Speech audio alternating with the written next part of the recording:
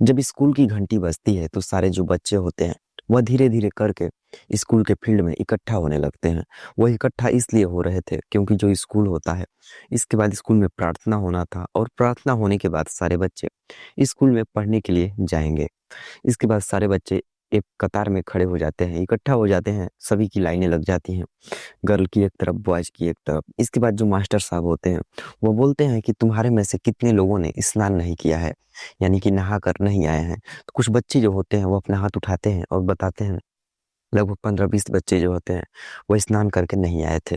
वो उन बच्चे से कहते हैं कि यहाँ पर दुर्गंध आ रही है, तुम लोग कल से नहा कर आना और अपने कपड़े भी साफ रख के आना, नहीं तो तुम लोग कड़ी से कड़ी सजा दिया जाएगा और कल हो सकता है तुम लोगों को मारा भी जाए। इसीलिए तुम लोग कल से नहा कर आना। इसके बाद दूसरा दिन आता है।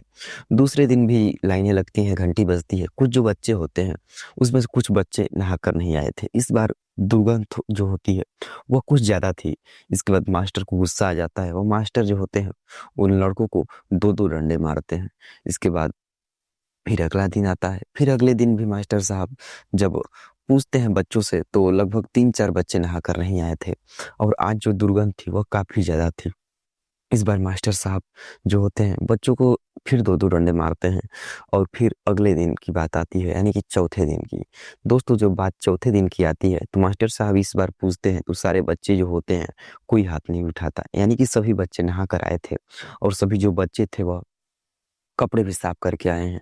तो इस बार जो दुर्गंध थी और भी ज्यादा थी। तो मास्टर साहब को कुछ समझ नहीं आता है। वह एक बच्चे को प्रधान जी के पास भेजते हैं और उसे बोलते हैं कि तुम जाओ और उन्हें बुला कर लाओ। तो जो बच्चा होता है जाता है, बुला कर लाता है। तो प्रधान जी आते हैं। तो जो मास्टर होता है, वह मास्टर साहब जो होते हैं वो बोलते हैं कि देखिए यहाँ पर दुर्गंध आ रही है। फिर प्रधान जी सफाई कर्मी को बुलवाते हैं और बुलवाकर दुर्गंध को ढूंढने की कोशिश करते हैं कि आखिर दुर्गंध किस साइड से आ रही है। जब दुर्गंध ढूंढते ढूंढते वो लोग जाते हैं तो देखते हैं जो शौचालय का सेफ्टी टैंक होता है उस टैंक में से लग रहा था कि जैसे गंध, यानी कि जो दुर्गंध है वह आ रही हो। इसके बाद उस सेफ्टी इसके बाद उस शौचालय के जो सेफ्टी टैंक होता है उसे उखाड़ा जाता है, उस ढक्कन को हटाया जाता है। ढक्कन को हटाने के बाद जब उसमें सफाई कर्मी को मतलब अंदर भेजा जाता है, जब वो हिलकर अंदर देखता है तो वहां पर एक बच्चे की लाश पड़ी हुई थी। वह लाश जो होती है वह सड़ रही थी, उसी में से काफी ज्यादा दुर्गंध आ रहा था। इसके बाद पुलिस को सूचना दिया जाता है और पुलिस आती है और उस मामले की जो है देखभाल करती है। तो दोस्तों, चलिए आज की वीडियो में यही जानने की कोशिश करेंगे कि यह बच्चा जो था, यह बच्चा कौन था और आखिर इसकी मतलब इसको मारकर इस शौचालय की टंकी में क्यों फेंका गया।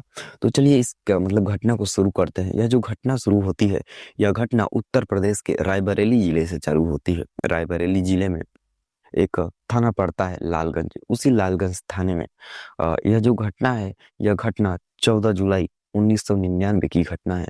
दोस्तों, 14 जुलाई का बात होता है और वहीं पर एक परिवार रहा करता था, जिसमें परिवार में एक जो लड़का था उसका नाम था विजेंद्र त्रिपाठी उर्फ पिंटू और उसके जो पिता थे उसका नाम था वीरेंद्र और उसकी माता थी। घर में 3 लोग रहा करते थे। और 14 जुलाई को जो पिंटू होता है उसकी उम्र लगभग 15-16 साल थी। वह 10वीं क्लास में पढ़ा करता था। वह स्कूल जाता है और स्कूल से पढ़ने के बाद शाम को घर नहीं लौटता है। जब वो पिंटू शाम को घर नहीं लौटता है तो जो घर में वह काफी ज्यादा हलबली मच जाती है, खलबली मच जाती है। और जिसको माता पिता होते हैं वह काफी ज्यादा परेशान हो जाते हैं, उसको ढूंढने लगते हैं कि आखिर जो हमारा बेटा है वह स्कूल से छुट्टी हुआ तो आया क्यों नहीं। शाम को लगभग 10-12 लोग मिलकर सारे तरफ ढूंढते हैं। स्कूल में जाकर पता लगाया जाता है तो जो स्कूल के मास्टर साहब होते हैं वो बताते हैं कि नहीं, ऐसी कोई बात नहीं है। जो पिंटू था वह आखिरी क्लास तक पढ़ा है, स्कूल की छुट्टी होने के बाद यहाँ से निकला भी है और स्कूल वह आया था। ऐसा नहीं है कि वह दिन भर स्कूल नहीं आया था और कहीं गायब हो गया। वह स्कूल आया था और शाम के टाइम ही वह जहाँ गया होगा वहाँ गया होगा। इसके बाद जो घर वाले होते हैं और भी परेशान हो जाते हैं कि आखिरकार शाम के टाइम में जब छुट्टी हुई तो वह घर क्यों नहीं पहुंचा। इसके बाद वह लोग पूरी रात ढूंढते हैं। मतलब रात में ढूंढने के बाद ढूंढते ढूंढते रात हो जाती है, तो वो पुलिस स्टेशन जाते हैं। और पुलिस स्टेशन जाने के बाद वो लोग एक एफआईआर लिखाते हैं, पुलिस को बताते हैं, पुलिस वालों को, कि हमारा जो बेटा है वह बेटा गायब हो चुका है, आप लोग कुछ कीजिए और उसे ढूंढने की कोशिश कीजिए। जब वो लोग पुलिस वाले उसे ढूंढने की कोशिश कर रहे थे, तो जो आसपास के जितने भी थाने होते हैं सभी को ईमेल जो है फैक्स कर दिया जाता है उस लड़के का फोटो, कि अगर यह लड़का कहीं भी मिले तो हमें बताइए। और जो पुलिस वाले होते हैं वह भी उसे ढूंढने की कोशिश करते हैं, सारे लोग ढूंढने में लग जाते हैं। इसके बाद जो होती है, एक दिन बीत जाता है, 2 दिन बीत जाता है, और धीरे धीरे करके 3 दिन बीत जाता है। दोस्तों जब 3 दिन बीत जाता है तो जो आसपास का गांव था, जो उस वहां के थाने के शहर के लोग थे, सारे लोग जो है आंदोलन पर उतर जाते हैं, यानी कि सारे लोग धरना करने लगते हैं, सड़कों पर उतर जाते हैं कि आखिरकार आप लोग इस बच्चे को ढूंढ क्यों नहीं पा रहे हैं, तो आप लोग कैसे भी करके ढूंढिए। इसके बाद जो वहाँ के उच्च अधिकारी होते हैं, जो पुलिस वाले होते हैं, वो लोग उन लोगों से मतलब एक 3 दिन का मोहलत मांगते हैं, और 3 दिन का मोहलत मांगने के बाद वो लोग कहते हैं कि आप लोग शांत हो जाइए, हमें 3 दिन का टाइम दीजिए। 3 दिन के बाद हम लोग मतलब उस केस को निपटाने की कोशिश करेंगे, उस बच्चे को ढूंढने की कोशिश करेंगे। दोस्तों जो 3 दिन होते हैं वह 3 दिन बीत जाते हैं, लेकिन फिर भी जो पुलिस वाले होते हैं उनके हाथ में कुछ नहीं लगता है, वो लोग उसे ढूंढ नहीं पाते हैं। इसके बाद धीरे धीरे करके लगभग 8-10 दिन बीत जाते हैं। इसके बाद पास के ही गांव में एक पहाड़ीपुर गांव पड़ती है, और उस पहाड़ीपुर गांव से शौचालय की जो डिब्बा होता है टैंक से, उसी से दुर्गंध आ रही थी। जब प्रधान और वो जो सफाई कर्मी होता है मिलकर जब जाकर ढूंढते हैं और देखते हैं कि उसी मतलब एक बच्चा है, मतलब जो स्कूल ड्रेस पहना हुआ है, वो लोग जान जाते हैं कि यह बच्चा वही है जिसकी लालगंज थाने के आसपास वाले गांव में चर्चा हो रही है, पिंटू। दोस्तों क्योंकि जो माहौल था एक मतलब पास के ही गांव में उन लोगों ने जाकर उसे फेंका था जिसने भी उसे मारा था। तो अब पुलिस को फोन किया जाता है, जो पुलिस होती है आती है, उस बच्चे के लाश को लेकर जाती है। और पुलिस के सामने सबसे बड़ी एक चुनौती थी कि आखिरकार इस बच्चे के मतलब कातिल को ढूंढा कैसे जाएगा, उसे पकड़ा कैसे जाएगा। अब जो धरना प्रदर्शन का माहौल था और भी ज्यादा बढ़ जाता है, क्योंकि जो पुलिस ने वादा किया था कि 3 दिन के अंदर उस बच्चे को ढूंढ कर देगी, अब बच्चा तो मर चुका था। तो अब जो पुलिस होती है वो उचित से उचित कार्यवाही कर रही थी, लेकिन फिर भी उसे कुछ हाथ नहीं लग रहा था, क्योंकि अभी तक बच्चे के कातिल को पकड़ा नहीं गया था। तो जो पुलिस होती है, पुलिस वाले सोचते हैं कि जो मतलब इस बच्चे का लाइब्रेरी है जहाँ पर वो बैठकर पढ़ता है कापी किताबें, उसी में शायद कुछ सुराग मिल जाए। तो वो लोग उसके घर जाते हैं और उसकी किताबों को ढूंढने लगते हैं। किताबों में पढ़ने ढूंढने के बाद एक नाम लिखा सामने आता है, जिस नाम का मतलब जिस का नाम होता है श्याम।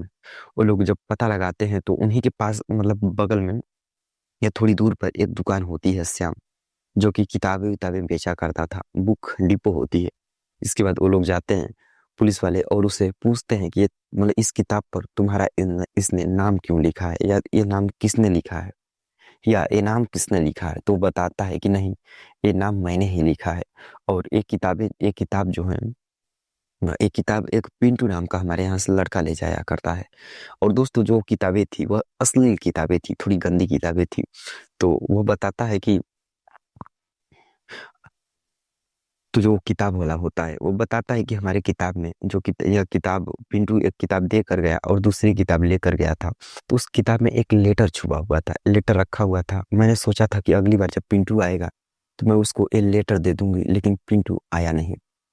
तो इसके बाद जो पुलिस वाले होते हैं वो सोचते हैं कि आखिर दो वह लेटर क्या है, शायद उस लेटर से हमें कुछ प्रूफ मिल जाए। तो वो पूछता है कि सर क्या हुआ, कोई बात हो गई है क्या।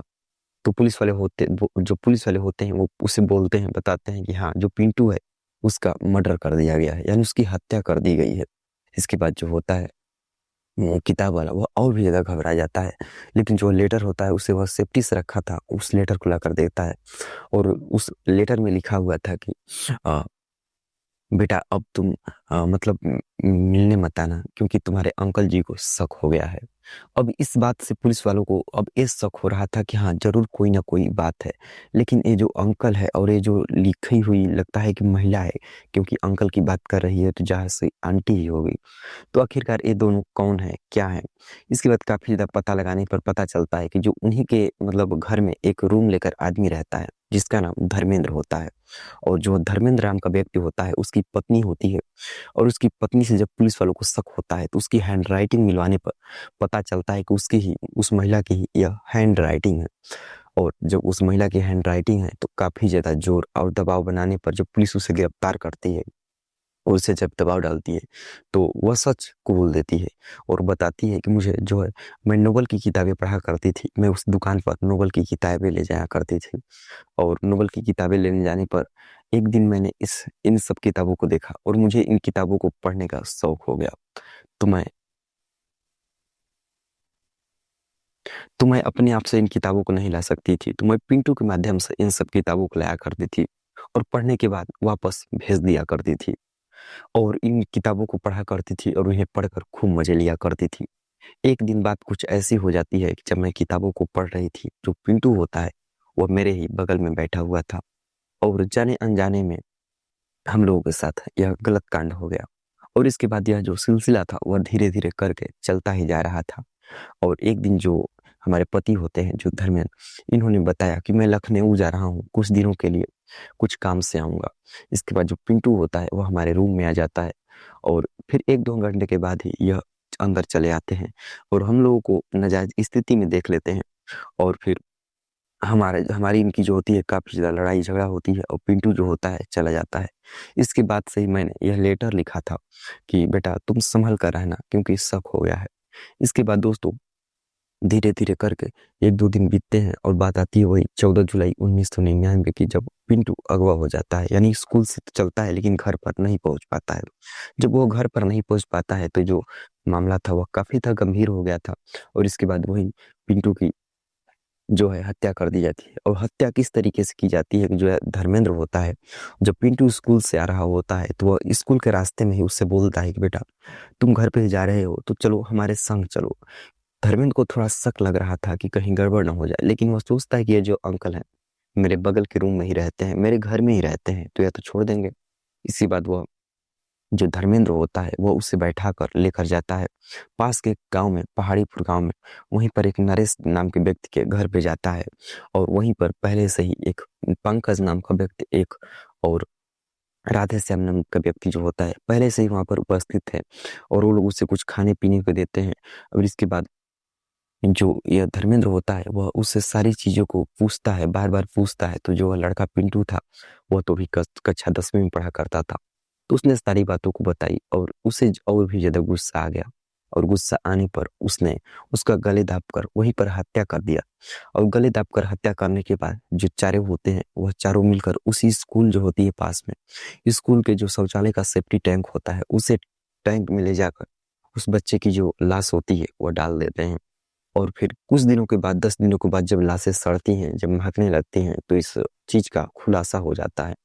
और दोस्तों जो पिंटू होता है और जो पिंटू और दोस्तों जो धर्मेंद्र होता है और इसके साथ जो 3 साथी मिलकर इन लोगों ने हत्या किया था, इन लोगों को कड़ी से कड़ी सज़ा होती है, इन लोगों को जेल हो जाती है। और जो महिला होती है फिर खैर तो उससे कुछ नहीं होता। लेकिन जो अपराध लेकिन जिसने अपराध को बढ़ावा दिया था, शुरुआत में ही जो सामाजिक गठबंधनों को तोड़ा था, उस महिला ने ही किया था। तो दोस्तों आखिरकार जो इस तरह की कहानियाँ हैं, इन कहानियों को सुनाने का उद्देश्य हमारा किसी की भावनाओं को आहत करना नहीं है, ना ही किसी का दिल दुखाना है, बल्कि आप लोग को सजग और सचेत करना है कि हमारे समाज में ऐसे तमाम प्रकार की जो आपराधिक गतिविधियाँ हैं, वह होते रहती हैं और इन सब से आपको बच के रहने की ज़रूरत है। और हाँ, अगर आप लोगों के पास भी बच्चों-बच्चियों के पास मोबाइल है या वो लोग स्कूल में पढ़ते हैं, तो जो उनकी बैग है, किताबें हैं, वो समय-समय पर चेक करते रहिए और उनका निगरानी करते रहिए। नहीं तो हो सकता है कौन कब किसके चपेटे में आ जाए और कब उसका मतलब आखिरी दिन हो जाए या उसके जीवन में रुकावट आ जाए। तो दोस्तों इस तरह की कहानियाँ सुनाने का उद्देश्य भावनाओं को आहत करना नहीं है। तो दोस्तों बस यहीं वीडियो को अंत करते हैं और मिलते हैं आपसे किसी और बेहतर वीडियो के साथ। जय हिंद, जय भारत।